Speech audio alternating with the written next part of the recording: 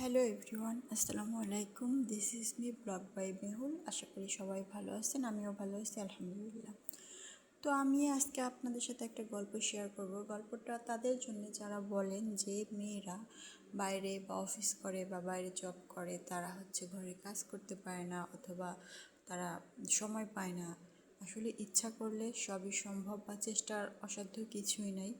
আজকে যে ভিডিওটি দেখতেছেন এটা কিন্তু সকাল কিংবা বিকালের ভিডিও না, এটা রাত 8টা কিংবা 9টার ভিডিও।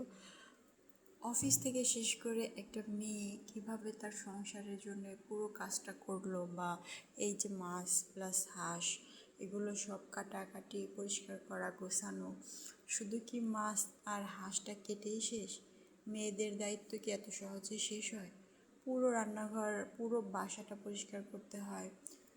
তো এই যে দেখতেছেন, যিনি মাছ কাটতেছে সে আমার ভাবি। তো উনি অফিস থেকে সন্ধ্যার পরে এসে দেখে যে ভাইয়া মাছ নিয়ে আসছে আর হাঁস নিয়ে আসছে। তো সেগুলোই কাটার কাজ চলতেছিল, আমি একটু হেল্প করতেছিলাম, বাট আমি ওইভাবে পারি না, যার কারণে অতটা হেল্প করতে পারি নাই।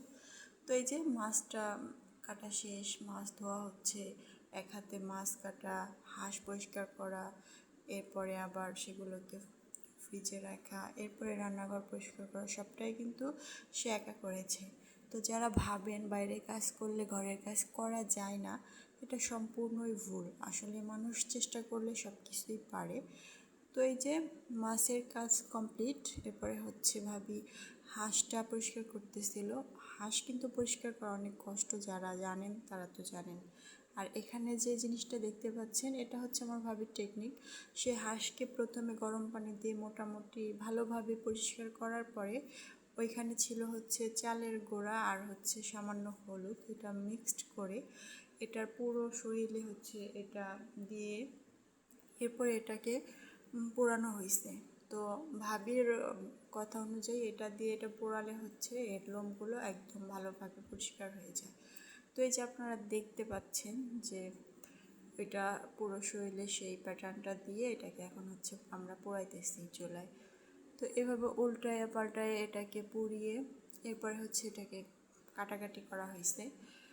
তো ফাইনাল এই হাঁসটা কি করা হবে বা কেনই আজকে হঠাৎ রাত্রে ভাইয়া হাঁস আনছে, এর সম্পূর্ণটা আগামীকালকের ব্লগে আপনারা দেখতে পারবেন। আজকে ভিডিওটা আর বড় করলাম না, সবাই ভালো থাকবেন আর পাশে থাকবেন, আমাকে সাপোর্ট করবেন। কেমন লাগলো ভিডিওটি কমেন্ট করবেন। আর ধন্যবাদ জানাই সবাইকে, ভালো থাকবেন, টাটা, বাই বাই।